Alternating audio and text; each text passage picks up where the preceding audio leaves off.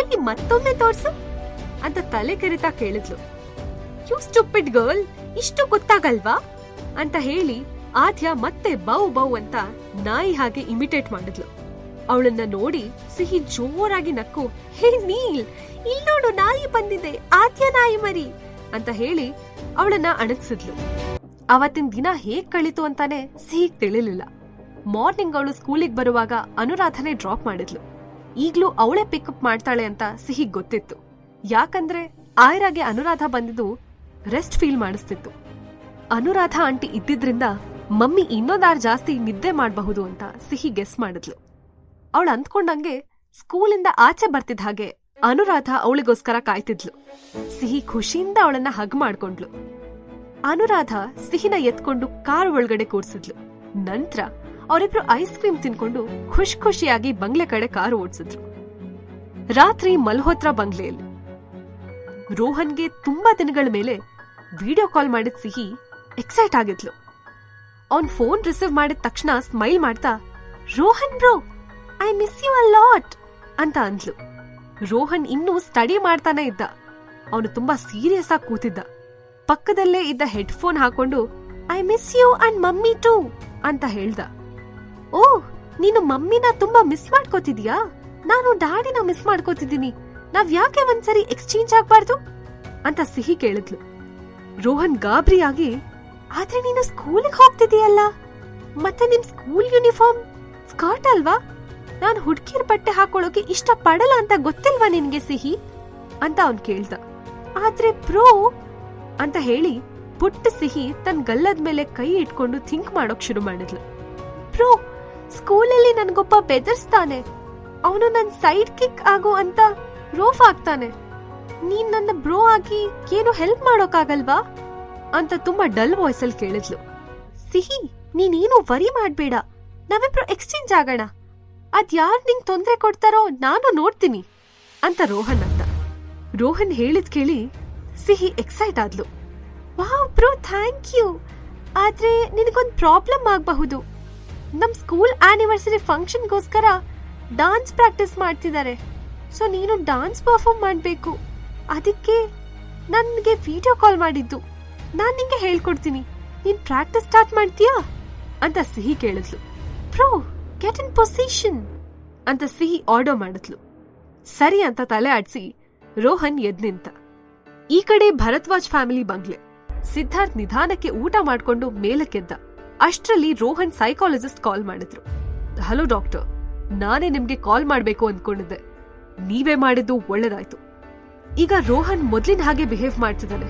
ಅವನು ನಾರ್ಮಲ್ ಆಗಿದ್ದಾನೆ ಅನಿಸ್ತಿದೆ. ಅವನು ಮತ್ತೆ ಹುಡುಗಿರ್ ತರ ಬಿಹೇವ್ ಮಾಡೋದು ಕಾಣಿಸ್ಲಿಲ್ಲ.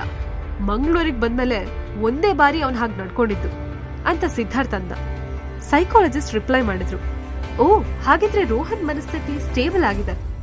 ಇನ್ನೊಂದ್ ಸ್ವಲ್ಪ ದಿನ ಅವನನ್ನ ಅಬ್ಸರ್ವೇಷನ್ ಅಲ್ಲಿ ಇಟ್ಕೊಳ್ಳಿ. ಅವನು ರಿಕವರಿ ಆಗಿದಾನ ಇಲ್ವಾ ಅಂತ ಸ್ವಲ್ಪ ಗಮನ ಕೊಟ್ಟು ನೋಡಿ. ಸಿದ್ಧಾರ್ಥ್ ಮುಖದಲ್ಲಿ ಸಮಾಧಾನ ಇತ್ತು. ಫೋನ್ ಜೇಬಲ್ ಇಟ್ಕೊಂಡು ಸಿದ್ಧಾರ್ಥ್ ನಿಧಾನಕ್ಕೆ ರೋಹನ್ ರೂಮ್ ಡೋರ್ ಓಪನ್ ಮಾಡ್ದ. ಸಿದ್ಧಾರ್ಥ್ ಸಾಮಾನ್ಯವಾಗಿ ಡೋರ್ ಓಪನ್ ಮಾಡಿದಾಗ ಅವನ ಹತ್ರ ಕಾಣಿಸ್ತಿದ್ದ ಸೀನ್ ಅವನ್ ಮಗ ರೋಹನ್ ತನ್ನ ಡೆಸ್ಕ್ ಅಲ್ಲಿ ಹೋಮ್ವರ್ಕ್ ಮಾಡೋದು. ಇವತ್ತು ಅದನ್ನೇ ನೋಡ್ತೀನಿ ಅಂತ ಅಂದ್ಕೊಂಡಿದ್ದ. ಆದ್ರೆ ಸಿದ್ಧಾರ್ಥ್ ಗೆಸ್ ರಾಂಗ್ ಆಗಿತ್ತು. ರೋಹನ್ ಹೆಡ್ಫೋನ್ ಅಲ್ಲಿ ಸಿಹಿ ಸಾಫ್ಟ್ ವಾಯ್ಸ್ ಕೇಳಿಸ್ತಿತ್ತು.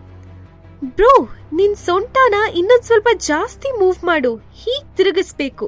ಆಮೇಲೆ ಫ್ಲವರ್ಸ್ ಎಲ್ಲ ಅರಳಿದ್ಮೇಲೆ ನೀನ್ ನಗ್ಬೇಕು. ಸೆಂಟರ್ ಅಲ್ಲಿರೋದು ನೀನೇ ಆಗಿರೋದ್ರಿಂದ ಎಲ್ರೂ ನಿನ್ನನ್ನೇ ನೋಡ್ತಿರ್ತಾರೆ. ರೋಹನ್ ಕೈನ ಸ್ಟೈಲ್ ಆಗಿ ತಿರುಗಿಸ್ದ. ಗಲ್ಲದ ಮೇಲೆ ಕೈ ಇಟ್ಕೊಂಡ. ಅವನ್ ಫಿಂಗರ್ಸ್ ಹೂವಿನ ಆಕಾರದಲ್ಲಿ ತಿರುಗ್ತಾ ಇತ್ತು. ಇದು ಕರೆಕ್ಟ್ ಇದೆನಾ ಅಂತ ಅವನು ಕನ್ಫರ್ಮ್ ಮಾಡೋ ಟೋನಲ್ಲಿ ಕೇಳ್ದ. ಹಾಗಲ್ಲ, ನಿನ್ ಲುಕ್ ನೋಡೋ ಡಲ್ ಆಗಿದೆ. ಮುಖದಲ್ಲಿ ಸ್ವಲ್ಪ ಎಕ್ಸ್ಪ್ರೆಷನ್ ಬೇಕು ಬ್ರೋ ಅಂತ ಅಂದ್ಲು ಸಿಹಿ. ಸಿದ್ಧಾರ್ಥ್ ಡೋರ್ ಓಪನ್ ಮಾಡಿದವನು ಸ್ಟನ್ ಆಗಿ ನಿಂತಿದ್ದ. ಇದ್ದಕ್ಕಿದ್ದ ಹಾಗೆ ರೋಹನ್ಗೆ ತನ್ನ ಹಿಂದೆ ಯಾರೋ ನಿಂತಿದ್ದ ಅನುಭವ ಆಯ್ತು. ಹಿಂತಿರುಗಿ ನೋಡಿದಾಗ ಸಿದ್ಧಾರ್ಥ್ ಗಾಬ್ರಿಲಿ ನಿಂತಿರೋದನ್ನ ಅಬ್ಸರ್ವ್ ಮಾಡ್ದ. 5 ಸೆಕೆಂಡ್ ನಂತರ ಸಿದ್ಧಾರ್ಥ್ ಢಮಾರ್ ಅಂತ ಡೋರ್ ಕ್ಲೋಸ್ ಮಾಡ್ಕೊಂಡು ಹೊರಟೋದ. ಅವನು ತುಂಬಾ ಟೆನ್ಷನ್ ಅಲ್ಲಿ ಸೈಕಾಲಜಿಸ್ಟ್ಗೆ ಕಾಲ್ ಮಾಡಿ ಕೇಳ್ದ, ಡಾಕ್ಟರ್, ರೋಹನ್ ಮತ್ತೆ ಅದೇ ರೀತಿ ಆಡ್ತಿದ್ದಾನೆ. ಮತ್ತೆ ಅವನು ಹುಡುಗಿರ ಹಾಗೆ ಬಿಹೇವ್ ಮಾಡ್ತಿದ್ದಾನೆ ಅಂತ ಹೇಳ್ದ. ಮಲ್ಹೋತ್ರಾ ಬಂಗ್ಲೆ. ಯಾಕೋ ರೋಹನ್ ಮೂವ್ ಆಗದೆ ನಿಂತೇ ಇದಾನಲ್ಲ ಅಂತ ಅಂದ್ಕೊಂಡು ಸಿಹಿ ಹೇಳಿದ್ಲು, what's wrong with you? Rohan ಅವನ್ ಮಾಮೂಲ್ ಸ್ವಭಾವಕ್ ಬಂದ. ಸೀರಿಯಸ್ ಆಗಿ ವಿದೌಟ್ ಎಕ್ಸ್ಪ್ರೆಷನ್ ಇಂದ ನಿಂತ್ಕೊಂಡ. ಸಿಹಿ, ಡ್ಯಾಡ್ ಬಂದಿದ್ರು ಅಂತ ಅಂದ. ಓ, ನನ್ ಹ್ಯಾಂಡ್ಸಮ್ ಡ್ಯಾಡ್ನ ನಾನ್ ತುಂಬಾ ಮಿಸ್ ಮಾಡ್ಕೋತಿದ್ದೆ. ನನಗೂ ಅವರನ್ನ ನೋಡ್ಬೇಕು ಅನಿಸ್ತಿದೆ. I miss you so much dad ಅಂತ ಸಿಹಿ ಹೇಳಿದ್ಲು. ಸಿಹಿ, ನಾನ್ ಡಾನ್ಸ್ ಪ್ರಾಕ್ಟೀಸ್ ಮಾಡಿದ್ದು ಆಯ್ತು. ನಿನ್ ಮಾತ್ ಮುಗ್ದಿದ್ರೆ ನಾನ್ ಕಾಲ್ ಕಟ್ ಮಾಡ್ಲಾ? ಸಿಹಿ ಓಕೆ ಅಂತ ಹೇಳಿದ್ಲು. ಫೋನ್ ಕಾಲ್ ಕಟ್ ಆದ್ಮೇಲೆ ಈಗ ಸಿಹಿ ಲೈವ್ ಸ್ಟ್ರೀಮ್ ಸಮಯ. The Meteo live streaming context is accepting applications. Come and sign up ಅಂತ ಮೆಸೇಜ್ ಬಂತು. ಆ ಮೆಸೇಜ್ನ ಚೆನ್ನಾಗಿ ಓದ್ಕೊಂಡ ಸಿಹಿ ಜಾಯಿನ್ ನೌ ಬಟನ್ ನ ಕ್ಲಿಕ್ ಮಾಡಿದ್ಲು. ಸ್ವೀಟ್ ಪ್ರಿನ್ಸೆಸ್, ನೀವು ಲೈವ್ ಸ್ಟ್ರೀಮಿಂಗ್ ಕಾಂಟೆಸ್ಟ್ ಅಪ್ಲಿಕೇಶನ್ಗೆ ಸೈನ್ ಅಪ್ ಆಗಿದ್ದೀರಾ. ಹಾಗಾಗಿ ನಮ್ಗೆ ನಿಮ್ಮ ಫೋಟೋ ಅಗತ್ಯ ಇದೆ. ಆದಷ್ಟು ಬೇಗ ಪಾಸ್ಪೋರ್ಟ್ ಸೈಜ್ ಫೋಟೋನ ಅಪ್ಲೋಡ್ ಮಾಡಿ. ಸಿಹಿ ಕಡೆಯಿಂದ ಯಾವುದೇ ರಿಪ್ಲೈ ಹೋಗಿರ್ಲಿಲ್ಲ. ಆ ಕಡೆಯಿಂದ ಕಸ್ಟಮರ್ ಸರ್ವಿಸ್ ಅವರು ಮತ್ತೊಂದು ಮೆಸೇಜ್ ಕಳ್ಸಿದ್ರು. ನೀವ್ ಯಾವ್ದೇ ಫೋಟೋಸ್ನ ಸೆಂಡ್ ಮಾಡಿಲ್ಲ ಅಂದ್ರೆ ಅಥವಾ ಅಪ್ಲೋಡ್ ಮಾಡಿಲ್ಲ ಅಂದ್ರೆ ನಾವು ನಿಮ್ಮ ಲೈವ್ ಸ್ಟ್ರೀಮಿಂಗ್ ನ ಲೈವ್ ಫೋಟೋನ ಕ್ಯಾಪ್ಚರ್ ಮಾಡಬೇಕಾಗತ್ತೆ ಅಂತ ಟೈಪ್ ಆಗಿತ್ತು.